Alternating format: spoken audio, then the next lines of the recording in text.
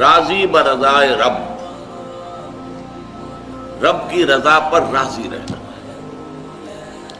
یہ بات کہ جو بھی کچھ ہوا یا ہوگا وہ اذن رب کے بغیر نہ ہوا ہے نہ ہو سکتا ہے. یہ تو ایمان کا منطقی تقاضا ہے.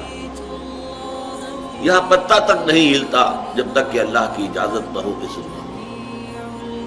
تو جو کچھ ہوا اللہ کی اجازت سے ہوا، خواہ اس میں درمیان میں کتنے ہی عوامل آ گئے.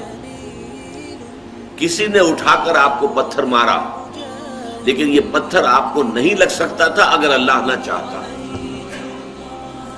پتھر مارنے والے کا عمل اپنی جگہ ہے، لیکن آپ کو اس پتھر کا لگ جانا جو ہے یہ بغیر اذن رب نہیں ہے. لہذا اس کو سمجھیے کہ اللہ کی طرف سے آیا. ایک اس میں لطیفہ بھی ہے کہ ایک درویش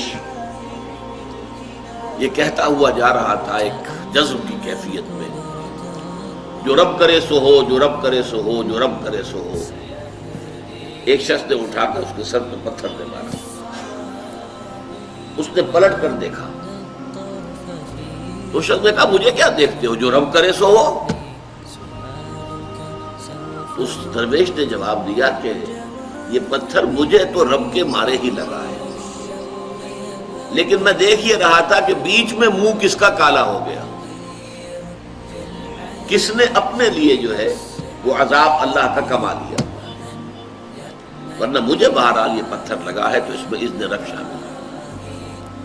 اچھا، اب جو شے اذن رب سے ہو رہی ہے، بندہ مومن کا اگر اپنا تعلق اللہ کے ساتھ مخلصانہ ہے، اس میں منافقت نہیں ہے، اس میں ریا نہیں ہے، اس میں دھوکہ نہیں ہے، اس میں فریب نہیں ہے.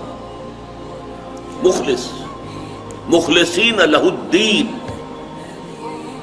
تو اللہ تعالیٰ کا تعلق بھی اس کے ساتھ ریسیپروکیٹ کرتا ہے. اللہ تعالیٰ انا عند ظن عبدی بی، حضور یہ اللہ کا قول ہے حدیث قدسی میں کہ میرا بندہ میرے بارے میں جو کچھ گمان کرتا ہے میں وہی سلوک اس کے ساتھ کرتا ہوں.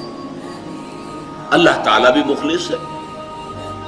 اللہ تعالیٰ کی مرضی کے بغیر کچھ نہیں ہو سکتا. تو یقیناً جو کچھ ہوا ہے اس میں میرے لیے خیر ہے، چاہے فوری طور پر مجھے ناگوار گزرا ہے، مجھے تکلیف ہوئی ہے، میرے لیے یہ شے جو ہے ناپسندیدہ ہے، لیکن ان دی لانگ رن مجھے یقین ہے کہ اس میں خیر ہے. بیدک الخیر انک علی کل شیء قدیر.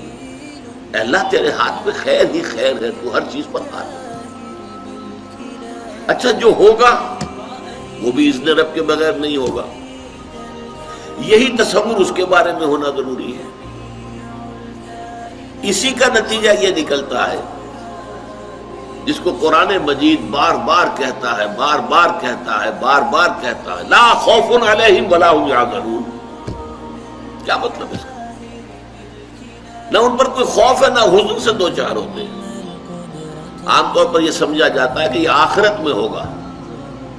آخرت میں تو بتمام و کمال ہوگا، دنیا میں بھی ہوتا ہے. خوف کس بات کا بھائی؟ ہوگا وہی جو میرا رب چاہے گا.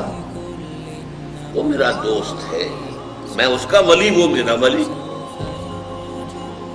الا ان اولیاء اللہ لا خوف علیہم ولا هم یحزنون.